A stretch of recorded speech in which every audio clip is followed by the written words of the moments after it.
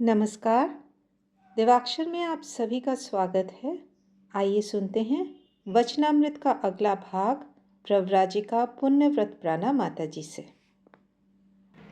तव कथामृतं तप्तजीवनं कविभिरीडितं कल्मषापहं श्रवणमङ्गलं श्रीमदाततं भुवि गृह्णन्ति ये भूरिदा जनाः।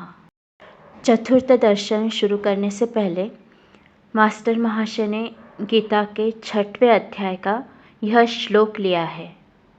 ज़्यादातर देखा गया है कि प्रसंग के अनुरूप ही श्लोक का चयन किया गया है। यम लब्ध्वा चापरम लाभम मन्यते नाधिकम ततः यस्मिन् स्थितो न दुःखेन गुरुनापि विचाल्यते। अर्थात जिसे पाकर उससे भी बढ़कर प्राप्त करने लायक कुछ है ऐसा नहीं लगता। माने आत्मलाभ होने के बाद ऐसी व्यक्ति बड़े से बड़े दुख से भी विचलित नहीं होती। श्री रामकृष्ण जैसे व्यक्ति से मिलने के बाद मास्टर महाशय अपने जीवन को सार्थक मान रहे हैं। मानो जीवन का अमूल्य धन उन्हें मिल गया है। इस महापुरुष के अलग अलग भाव उन्हें देखने को मिल रहे हैं। नरेंद्र भवनाथ आदि के संग दूसरे दिन 6 मार्च को भी छुट्टी थी। दिन के 3 बजे मास्टर फिर आए। श्री रामकृष्ण अपने कमरे में बैठे हैं। फर्श पर चटाई बिछी है। नरेंद्र भवनाथ तथा और भी 2-1 लोग बैठे हैं। सभी अभी लड़के हैं। उम्र 19-20 के लगभग होगी। प्रफुल्ल मुख श्री रामकृष्ण तख्त पर बैठे हुए लड़कों से सानंद वार्तालाप कर रहे हैं। मास्टर को कमरे में घुसते देख श्री रामकृष्ण ने हंसते हुए कहा, यह देखो फिर आया। सब हंसने लगे। मास्टर ने भूमिष्ठ हो प्रणाम करके आसन ग्रहण किया। पहले वे खड़े खड़े हाथ जोड़कर प्रणाम करते थे, जैसा अंग्रेजी पढ़े लिखे लोग करते हैं, पर आज उन्होंने भूमिष्ठ होकर प्रणाम करना सीखा। श्री रामकृष्ण नरेंद्रादि भक्तों से कहने लगे, देखो एक मोर को किसी ने 4 बजे अफीम खिला दी। दूसरे दिन से वह अफीमची मोर ठीक 4 बजे आ जाता था। यह भी अपने समय पर आया है। सब लोग हंसने लगे। मास्टर सोचने लगे, ये ठीक तो कहते हैं। घर जाता हूँ पर मन दिन रात यही पड़ा रहता है। कब जाऊँ, कब उन्हें देखूँ, इसी विचार में रहता हूँ। यहाँ मानो कोई खींच ले आता है। इच्छा होने पर भी दूसरी जगह जा नहीं पाता, यही आना पड़ता है। इधर श्री रामकृष्ण लड़कों से हंसी मजाक करने लगे। मालूम होता था कि वे सब मानो एक ही उम्र के हैं। हंसी की लहरें उठने लगी, मानो आनंद की हाट लगी हो। मास्टर यह अद्भुत चरित्र देखते हुए सोचने लगते हैं कि पिछले दिन क्या इन्हीं को समाधि और अपूर्व प्रेमानंद में मग्न देखा था। क्या ये वे ही मनुष्य हैं जो आज प्राकृत मनुष्य जैसा व्यवहार कर रहे हैं? क्या इन्हीं ने मुझे पहले दिन उपदेश देते हुए धिक्कारा था? इन्हीं ने मुझे तुम ज्ञानी हो कहा था? इन्हीं ने साकार और निराकार दोनों सत्य है कहा था? इन्हीं ने मुझे कहा था कि ईश्वर ही सत्य है और सब अनित्य। इन्हीं ने मुझे संसार में दासी की भांति रहने का उपदेश दिया था। श्री रामकृष्ण आनंद कर रहे हैं और बीच बीच में मास्टर को देख रहे हैं। मास्टर को सब इसमें बैठे हुए देखकर उन्होंने रामलाल से कहा, इसकी उम्र कुछ ज़्यादा हो गई है ना, इसी से कुछ गंभीर है। ये सब हंस रहे हैं पर यह चुपचाप बैठा है। मास्टर की उम्र उस समय 27 साल की होगी। बात ही बात में परम भक्त हनुमान की बात चली। हनुमान का एक चित्र श्री रामकृष्ण के कमरे की दीवार पर टंगा था। श्री रामकृष्ण ने कहा, देखो तो हनुमान का भाव कैसा है। धन मान शरीर सुख कुछ भी नहीं चाहते, केवल भगवान को चाहते हैं। जब स्फटिक स्तंभ के भीतर से ब्रह्मास्त्र निकालकर भागे तब मंदोदरी नाना प्रकार के फल लेकर लोभ दिखाने लगी। उसने सोचा कि फल के लोभ से उतरकर शायद ये ब्रह्मास्त्र फेंक दे, पर हनुमान इस भुलावे में कब पड़ने लगे। उन्होंने कहा, मुझे फलों का अभाव नहीं है, मुझे जो फल मिला है उससे मेरा जन्म सफल हो गया है। मेरे हृदय में मोक्ष फल के वृक्ष श्री रामचंद्र जी है। श्री राम कल्पतरु के नीचे बैठा रहता हूँ। जब जिस फल की इच्छा होती है वही फल खाता हूँ। फल के बारे में कहता हूँ कि तेरा फल मैं नहीं चाहता हूँ, तू मुझे फल न दिखा, मैं इसका प्रतिफल दे जाऊँगा। इसी भाव का एक गीत श्री रामकृष्ण गा रहे हैं। फिर वही समाधि, देह निश्चल, नेत्र स्थिर, बैठे हैं जैसी मूर्ति फोटोग्राफ में देखने को मिलती है। भक्तगण अभी इतना हंस रहे थे, पर अब सब एक दृष्टि से श्री रामकृष्ण की इस अद्भुत अवस्था का दर्शन करने लगे। मास्टर दूसरी बार यह समाधि अवस्था देख रहे थे। बड़ी देर बाद अवस्था का परिवर्तन हो रहा है। देह शिथिल हो गई, मुख साहस्य हो गया, इंद्रियां फिर अपना अपना काम करने लगी। नेत्रों से आनंदाश्रु बहाते हुए राम राम उच्चारण कर रहे हैं। मास्टर सोचने लगे, क्या ये ही महापुरुष लड़कों के साथ दिल लगी कर रहे थे? तब तो यह जान पड़ता था कि मानो 5 वर्ष के बालक है। श्री रामकृष्ण प्रकृतिस्थ होकर फिर प्राकृत मनुष्यों जैसा व्यवहार कर रहे हैं। मास्टर और नरेंद्र से कहने लगे कि तुम दोनों अंग्रेजी में बातचीत करो, मैं सुनूंगा। यह सुनकर मास्टर और नरेंद्र हंस रहे हैं। दोनों परस्पर कुछ बातचीत करने लगे, पर बंगला में। श्री रामकृष्ण के सामने मास्टर का तर्क करना संभव न था, क्योंकि तर्क का तो घर उन्होंने बंद कर दिया है। अतएव मास्टर अब तर्क कैसे कर सकते हैं? श्री रामकृष्ण ने फिर कहा, पर मास्टर के मुंह से अंग्रेजी तर्क न निकला।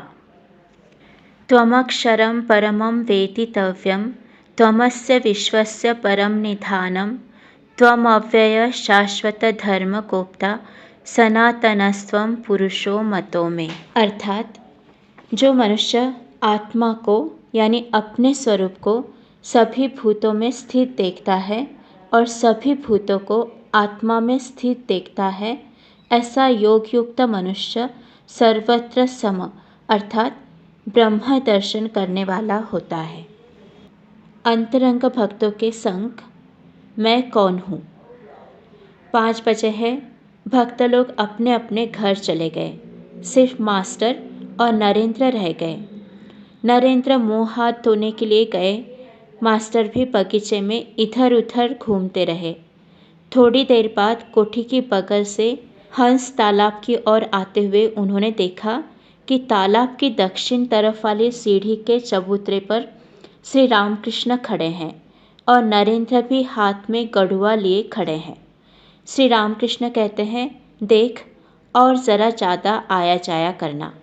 तूने हाल ही में आना शुरू किया है ना, पहली जान पहचान के बाद सभी लोग कुछ ज़्यादा आया करते हैं, जैसे नया पति। नरेंद्र और मास्टर हंसने लगे। क्यों आएगा नहीं? नरेंद्र ब्राह्मण समाजी लड़के हैं। हंसते हुए कहा, हाँ कोशिश करूँगा। फिर सभी कोठी की राह से श्री रामकृष्ण के कमरे की ओर आने लगे। कोठी के पास श्री रामकृष्ण ने मास्टर से कहा, देखो किसान बाजार से बैल खरीदते हैं। वे जानते हैं कि कौन सा बैल अच्छा है और कौन सा बुरा। वे पूंछ के नीचे हाथ लगाकर परखते हैं। कोई कोई बैल पूंछ पर हाथ लगाने से लेट जाते हैं। वे ऐसे बैल नहीं खरीदते, पर जो बैल पूंछ पर हाथ रखते ही बड़ी तेजी से कूद पड़ता है, उसी बैल को वे चुन लेते हैं। नरेंद्र इसी बैल की जाति का है, भीतर खूब तेज है। यह कहकर श्री रामकृष्ण मुस्कुराने लगे। फिर कोई कोई ऐसे होते हैं कि मानो उनमें जान ही नहीं है, न जोर है न दृढ़ता। संध्या हुई। श्री रामकृष्ण ईश्वर चिंतन करने लगे। उन्होंने मास्टर से कहा, तुम जाकर नरेंद्र से बातचीत करो और फिर मुझे बताना कि वह कैसा लड़का है। आरती हो चुकी। मास्टर ने बड़ी देर में नरेंद्र को चांदनी के पश्चिम की तरफ पाया। आपस में बातचीत होने लगी। नरेंद्र ने कहा कि मैं साधारण ब्राह्मण समाजी हूँ, कॉलेज में पढ़ता हूँ इत्यादि। रात हो गई। अब मास्टर घर जाएंगे, पर जाने को जी नहीं चाहता, इसलिए नरेंद्र से विदा होकर वे फिर श्री रामकृष्ण को ढूंढने लगे। उनका गीत सुनकर मास्टर मुग्ध हो गए हैं। जी चाहता है कि फिर उनके श्रीमुख से गीत सुने। ढूंढते हुए देखा कि काली माता के मंदिर के सामने जो नाट्य मंडप है, उसी में श्री रामकृष्ण अकेले टहल रहे हैं। मंदिर में मूर्ति के दोनों तरफ दीपक जल रहे थे। विस्तृत नाट्य मंडप में एक लालटेन जल रही थी। रोशनी धीमी थी, प्रकाश और अंधेरे का मिश्रण सा दिख पड़ता था। मास्टर श्री रामकृष्ण का गीत सुनकर मुग्ध हो गए हैं, जैसे सांप मंत्रमुग्ध हो जाता है।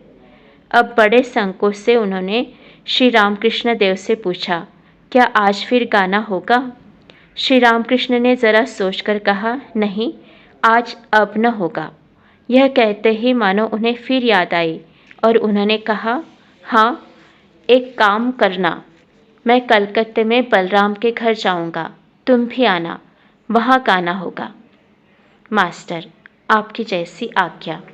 श्री रामकृष्ण, तुम जानते हो बलराम बसु को? मास्टर, जी नहीं। श्री रामकृष्ण, बलराम बसु बोसपाड़ा में उनका घर है। मास्टर, जी मैं पूछ लूँगा। श्री रामकृष्ण मास्टर के साथ टहलते हुए, अच्छा, तुमसे एक बात पूछता हूँ, मुझे तुम क्या समझते हो? मास्टर चुप रहे। श्री रामकृष्ण ने फिर से पूछा, तुम्हें क्या मालूम होता है मुझे कितने आने का ज्ञान हुआ है? मास्टर, आने की बात तो मैं नहीं जानता, पर ऐसा ज्ञान या प्रेम भक्ति या विश्वास या वैराग्य या उदार भाव मैंने और कहीं भी नहीं देखा। श्री रामकृष्ण हंसने लगे। इस बातचीत के बाद मास्टर प्रणाम करके विदा हुए। फाटक तक जाकर फिर कुछ याद आई। उल्टे पांव लौटकर फिर श्री रामकृष्ण देव के पास नाट्य मंडप में हाजिर हुए। उस धीमी रोशनी में श्री रामकृष्ण अकेले टहल रहे थे, निसंग, जैसे सिंह वन में अकेला अपनी मौज में फिरता रहता है, आत्माराम और किसी की अपेक्षा नहीं। विस्मित होकर मास्टर उन महापुरुष को देखने लगे। श्री रामकृष्ण मास्टर से, क्यों जी, फिर क्यों लौटे? मास्टर, जी वे अमीर आदमी हो गए, शायद मुझे भीतर न जाने दे, इसलिए सोच रहा हूँ कि वहाँ न जाऊँगा, यहीं आकर आपसे मिलूँगा। श्री रामकृष्ण, नहीं जी, तुम मेरा नाम लेना, कहना कि मैं उनके पास जाऊँगा, बस कोई भी तुम्हें मेरे पास ले आएगा। जैसी आपकी आज्ञा, कहकर मास्टर ने फिर प्रणाम किया और वहाँ से विदा हुए। आशा है वचनामृत की यह कड़ी भी आपको बेहद अच्छी लगी होगी। ऐसे ही वीडियोस देखने के लिए चैनल के साथ जुड़े रहिए। देवाक्षर को सब्सक्राइब कीजिए, दोस्तों के साथ शेयर कीजिए और लाइक ज़रूर कीजिएगा। आप सभी का बहुत बहुत धन्यवाद।